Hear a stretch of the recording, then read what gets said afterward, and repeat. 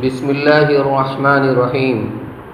درس قرآن کا سلسلہ جو 10 سال سے چلا آ رہا تھا وہ رمضان یا سفر وغیرہ کی وجہ سے موقوف رہتا تھا، ورنہ تو بلا کسی ناغہ کے پابندی کے ساتھ ہر جمعہ کو جاری رہتا تھا۔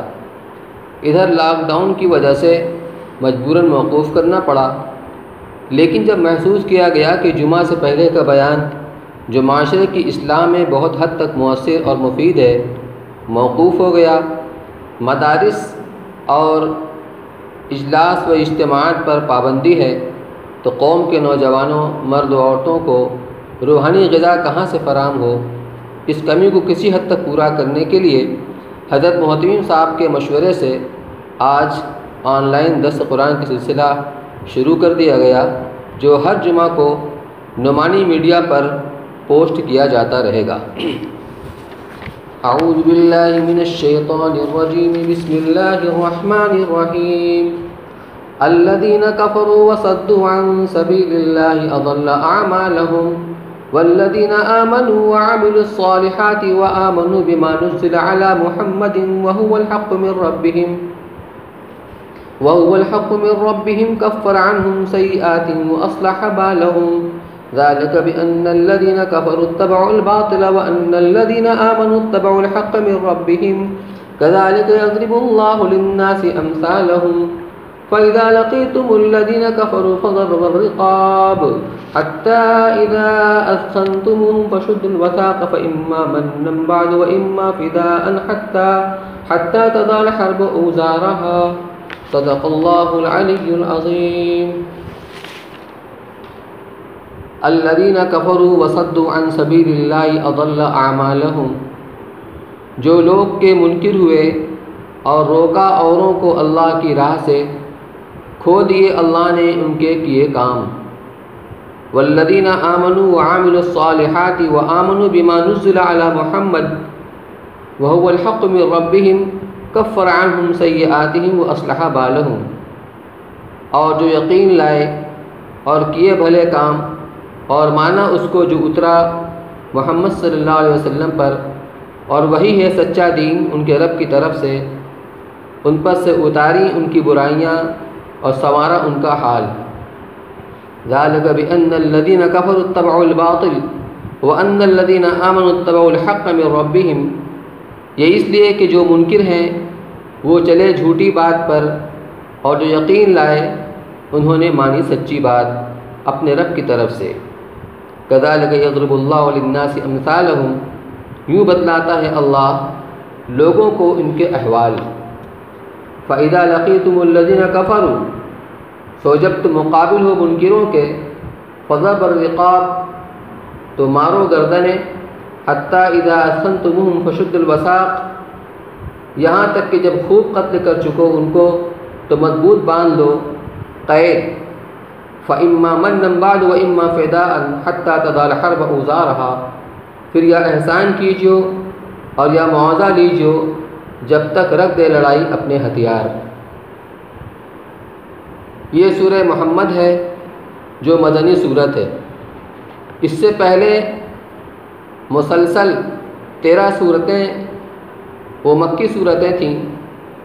مکی اور مدنی صورتوں کا جو فرق علماء تفسیر نے بیان کیا ہے وہ یہ ہے کہ ہجرت مدینہ سے پہلے جتنی صورتیں نازل ہوئی ہیں وہ مکی صورتیں کہلاتی ہیں، اور ہجرت مدینہ کے بعد جتنی صورتیں نازل ہوئی ہیں وہ مدنی صورتیں کہلاتی ہیں۔ اس کے علاوہ مکی صورتوں میں عموماً یا ایھا الناس یعنی اے لوگوں کے الفاظ سے خطاب کیا گیا ہے، اور مدنی صورتوں میں یا ایھا الذین آمنوا، اے ایمان والوں کے الفاظ سے۔ اسی طرح مکی صورتیں زیادہ تر توحید، رسالت اور آخرت کے اس بات، حشر و نشر کی منظر کشی، حضرت صلی اللہ علیہ وسلم کو صبر و تسلی کی تلقین اور پچھلی امتوں کے واقعات پر مشتمل ہیں، اور ان میں احکام و قوانین کم بیان ہوئے ہیں۔ اس کے برعکس مدنی صورتوں میں خاندانی اور تمدنی قوانین، جہاد و قتال کے احکام اور حدود و فرائض، بیان کیے گئے ہیں۔ بہرحال یہ سورہ محمد ہے، جس کا دوسرا نام سورہ قتال بھی ہے، کیونکہ جہاد و قتال کے احکام اس میں بیان ہوئے ہیں۔ ہجرت مدینہ کے فوراً بعد یہ صورت نازل ہوئی، یہاں تک کہ اس کی ایک آیت کأی من قریۃ کے متعلق حضرت ابن عباس رضی اللہ تعالیٰ عنہ سے یہ منقول ہے کہ وہ مکی آیت ہے، کیونکہ اس کا نزول اس وقت ہوا ہے جبکہ آپ صلی اللہ علیہ وسلم ہجرت کی نیت سے مکہ سے نکلے اور مکہ مکرمہ کی بستی اور بیت اللہ پر نظر کر کے آپ نے فرمایا کہ ساری دنیا کے شہروں میں مجھے تو ہی محبوب ہے، اگر اہل مکہ مجھے یہاں سے نہ نکالتے تو میں خود اپنی اختیار سے مکہ کو نہ چھوڑتا۔ اور اصطلاح مفسرین کے مطابق جو آیات سفر ہجرت مدینہ کے دوران نازل ہوئی ہیں وہ مکی کہلاتی ہیں۔ خلاصہ یہ کہ یہ صورت ہجرت مدینہ کے فوراً بعد نازل ہوئی ہے اور یہیں پہنچ کر کفار سے جہاد و قتال کے احکام نازل ہوئے ہیں۔ فرمایا الذین کفروا وصدوا عن سبیل اللہ اضل اعمالہم، جو لوگ خود بھی کافر ہوئے اور دوسروں کو بھی اللہ کے راستے سے روکا، یعنی اسلام کے راستے سے کفار مکہ روکتے تھے، خدا نے ان کے اعمال کالعدم کر دیے، یعنی جن کاموں کو وہ نیک سمجھ رہے ہیں ایمان نہ لانے کی وجہ سے وہ مقبول نہیں، بلکہ ان میں سے بعض کام الٹے موجب عتاب ہیں، جیسے اللہ کے راستے پر چلنے سے روکنے میں خرچ کرنا، جیسا قرآن نے ایک جگہ فرمایا فَسَيُنْفِقُونَهَا ثُمَّ تَكُونُ عَلَيْهِمْ حَسْرَةً۔ اس کے برخلاف جو لوگ ایمان لائے اور انہوں نے اچھے کام کیے، وہ اس سب پر ایمان لائے جو محمد صلی اللہ علیہ وسلم پر نازل کیا گیا ہے، اور وہ جو نازل کیا گیا ہے وہ ان کے رب کے پاس سے آیا ہوا امر واقعی بھی ہے، جس کا ماننا بھی ضروری ہے۔ تو اللہ تعالیٰ ان کے گناہ ان پر سے اتار دے گا، یا ان کے گناہوں کو معاف کر دے گا، اور دونوں جہان میں ان کی حالت درست رکھے گا۔ قرآن کا دستور یہ ہے کہ جب کہیں کفار کا ذکر کرتا ہے تو اس کے بالمقابل ایمان والوں کا بھی ذکر کرتا ہے، دوزخ کا ذکر ہوتا ہے تو جنت کا بھی ذکر ہوتا ہے۔ چنانچہ اسی اسلوب کی رعایت میں یہاں پر بھی پہلے قرآن نے کافروں کا ذکر کیا، مشرکین مکہ جو خود بھی ایمان سے دور تھے اور جو لوگ مسلمان ہوتے تھے ان کو طرح طرح کی ایذائیں دے کر وہ اسلام سے روکنے کا وہ کام کرتے تھے، ان کے بارے میں اللہ نے فرمایا کہ اللہ تعالیٰ ان کے اعمال کو کالعدم اور رائگاں کر دے گا، یعنی جو نیک اعمال مساکین کی امداد اور اعانت، پڑوسی کی حمایت اور حفاظت، سخاوت، صدقہ و خیرات وغیرہ کہ یہ اعمال اگرچہ اپنی ذات میں نیک اور اچھے عمل ہیں، لیکن ایمان نہ لانے کی وجہ سے آخر ان کا کوئی فائدہ ان کو حاصل نہیں ہوگا۔ اسی کو فرمایا کہ اللہ تعالیٰ ان کے اعمال کو رائگاں کر دے گا اور ضائع کر دے گا۔ اس کے بالمقابل جو لوگ ایمان لائے اور نیک اعمال اختیار کیا اور اس پر بھی ایمان لائے جو حضرت محمد صلی اللہ علیہ وسلم پر نازل کیا گیا، یہ بعد میں ذکر کیا گیا کہ اس پر بھی ایمان لائے جو حضرت محمد صلی اللہ علیہ وسلم پر نازل کیا گیا، اگرچہ پہلے والی ایمان کے ضمن میں آ گیا تھا، لیکن اس کو بطور خاص ذکر کرنے سے یہ بتانا منظور ہے کہ ایمان کی اصل بنیاد اس پر ہے کہ خاتم النبیین صلی اللہ علیہ وسلم کی تمام تعلیمات کو صدق دل سے قبول کیا جائے۔ تو پھر کیا ہوگا اس کا نتیجہ کہ اللہ تعالیٰ ان کے گناہوں کو دور کر دیں گے، یعنی معاف کر دیں گے اور ان کے حال کو درست کر دیں گے۔ فرمایا اصلح بالہم، بال کے معنی کبھی شان اور حال کے آتے ہیں اور کبھی قلب کے معنی بھی آتے ہیں، یہاں دونوں معنی لیے جا سکتے ہیں۔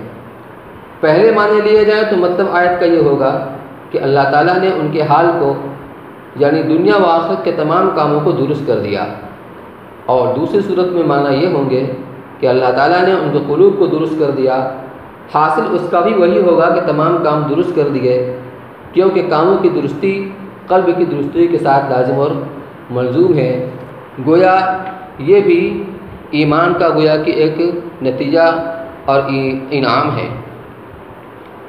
آگے فرمایا ذالک بأن الذین کفروا اتبعوا الباطل وأن الذین آمنوا اتبعوا الحق من ربهم کذالک یضرب اللہ للناس امثالهم۔ یہ اس وجہ سے ہے کہ جو کافر لوگ ہیں انہوں نے غلط چیز کی پیروی کی۔ باطل کہتے ہیں جو غلط ہو، جھوٹ ہو اور حق کے مقابلے میں ہو۔ حق جب آ جائے تو وہ ٹھہر نہ سکے اور زائل ہو جائے، ختم ہو جائے۔ مراد ہے اسلام کے مقابلے میں، توحید کے مقابلے میں کفر اور شرک کا راستہ اختیار کرنا۔ تو جن لوگوں نے غلط راستہ اختیار کیا، یعنی کفر و شرک کا راستہ اختیار کیا، اور اس کفر و شرک کے راستہ اختیار کرنے کی وجہ سے ان کے اوپر وہ نتیجہ مرتب ہوا، اور جو لوگ ایمان لائے اور انہوں نے حق کا راستہ اختیار کیا جو ان کے رب کی طرف سے ان کو ملا تھا، یعنی اسلام کا راستہ اختیار کیا، تو اس کے مطابق ان کو بدلہ اور انعام ملا۔ فرمایا یوں اللہ تعالیٰ لوگوں سے مثالیں بیان کرتے ہیں تاکہ ترغیب و ترہیب کے دونوں طریقوں سے آدمی انسان کو ہدایت ہو۔ آگے فرمایا فَإِذَا لَقِيتُمُ الَّذِينَ كَفَرُوا فَضَرْبَ الرِّقَابِ۔ جب تمہارا کفار سے مقابلہ ہو جائے تو ان کی گردنیں مارو۔ حَتَّى إِذَا أَثْخَنْتُمُوهُمْ فَشُدُّوا الْوَثَاقَ، یہاں تک کہ جب تم ان کی خوب خوریزی کر چکو تو خوب مضبوط باندھ لو۔ فَإِمَّا مَنًّا بَعْدُ وَإِمَّا فِدَاءً، پھر اس کے بعد تم کو دونوں باتوں کا اختیار ہے، یا تو بلا معاہدہ چھوڑ دینا اور یا معاہدہ لے کر چھوڑ دینا۔ اور یہ قید اور قتل کا حکم اس وقت تک ہے جب تک کہ لڑنے والے دشمن اپنے ہتھیار نہ رکھتے۔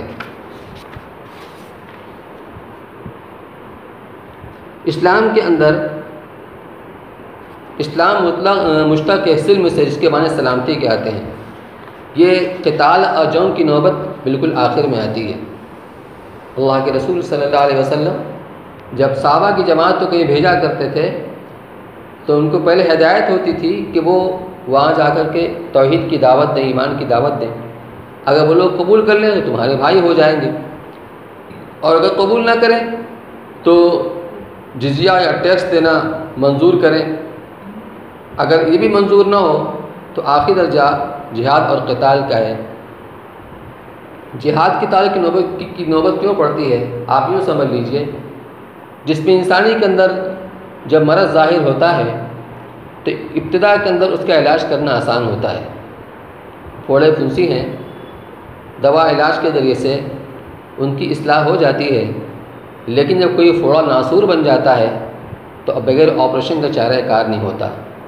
اسی طریقے سے معاشرے میں، سماج میں ایسے ناسور قسم کے لوگ ہوتے ہیں، جب تک ان کا صفایا نہ ہو جائے معاشرے کی اصلاح نہیں ہو سکتی ہے۔ جب اس کی نوبت آتی ہے تو پھر قتال اور جہاد کا نمبر آتا ہے۔ آپ یہ بات ذہن میں رکھیں کہ آیت کے شروع میں فرمایا گیا الذین کفروا وصدوا عن سبیل اللہ۔ خود تو کافر ایمان نہیں لاتے، اور جو ایمان لوگ لاتے ہیں تو ان کو اللہ کے راستے سے روکتے ہیں، رکاوٹیں کھڑی کرتے ہیں۔ تو یہ لوگ بالکل زہریلے پھوڑوں کی طرح سے ہیں۔ بہرحال اس آیت سے دو باتیں ثابت ہوئی۔ اول یہ کہ جب قتال کے ذریعے کفار کی شوکت و قوت ٹوٹ جائے تو اب بجائے قتل کرنے کے ان کو قید کر لیا جائے۔ پھر ان جنگی قیدیوں کے متعلق مسلمانوں کو دو اختیار دیے گئے۔ ایک یہ کہ ان پر احسان کیا جائے، بغیر کسی فدیہ اور معاوضہ کے چھوڑ دیا جائے۔ دوسرا یہ کہ ان سے کوئی فدیہ لے کر چھوڑا جائے۔ فدیہ یہ بھی ہو سکتا ہے کہ ہمارے کچھ مسلمان ان کے ہاتھ میں قید ہوں تو ان سے تبادلہ کر لیا جائے، اور یہ بھی ہو سکتا ہے کہ کچھ مال کا فدیہ لے کر چھوڑا جائے۔ یہ حکم بظاہر اس حکم کے خلاف ہے جو سورہ انفال کی آیت میں گزر چکا ہے، جس میں غزوہ بدر کے قیدیوں کو معاوضہ لے کر چھوڑ دینے کی رائے پر اللہ کی طرف سے عتاب ہوا، اور رسول اللہ صلی اللہ علیہ وسلم نے فرمایا کہ ہمارے اس عمل پر اللہ تعالیٰ کا عذاب قریب آ گیا تھا، اگر یہ عذاب آتا تو اس سے بجز عمر بن خطاب اور سعد بن معاذ رضی اللہ عنہ کوئی نہ بچتا، کیونکہ انہوں نے فدیہ لے کر چھوڑنے کی رائے سے اختلاف کیا تھا۔ دراصل جب غزوہ بدر میں اللہ تعالیٰ نے مسلمانوں کو کھلی فتح عطا فرمائی تھی تو مشرکین کے جو لوگ قید کر لیے گئے تھے ان کے بارے میں اللہ کے رسول صلی اللہ علیہ وسلم نے صحابہ کرام سے مشورہ کیا کہ کیا کرنا چاہیے، تو اکثروں کی رائے یہ تھی کہ فدیہ لے کر ان کو چھوڑ دیا جائے، لیکن حضرت عمر رضی اللہ تعالیٰ عنہ اور سعد بن معاذ رضی اللہ عنہ کی رائے تھی کہ نہیں، ان کو قتل کیا جائے اور ہر مسلمان اپنے رشتہ دار کو کافروں میں سے ان کو قتل کرے۔ لیکن بہرحال فیصلہ اس کا ہوا کہ ان کو فدیہ لے کر چھوڑ دیا جائے۔ اس کی طرف یہاں اشارہ کیا گیا ہے کہ اللہ کی طرف سے عتاب ہوا، اور رسول اللہ صلی اللہ علیہ وسلم نے فرمایا کہ ہمارے اس عمل پر اللہ تعالیٰ کا عذاب قریب آ گیا تھا، اگر یہ عذاب آتا تو اس سے بجز عمر بن خطاب اور سعد بن معاذ کے کوئی نہ بچتا، کیونکہ انہوں نے فدیہ لے کر چھوڑنے کی رائے سے اختلاف کیا تھا، جس کی پوری تفصیل اس مقام پر موجود ہے۔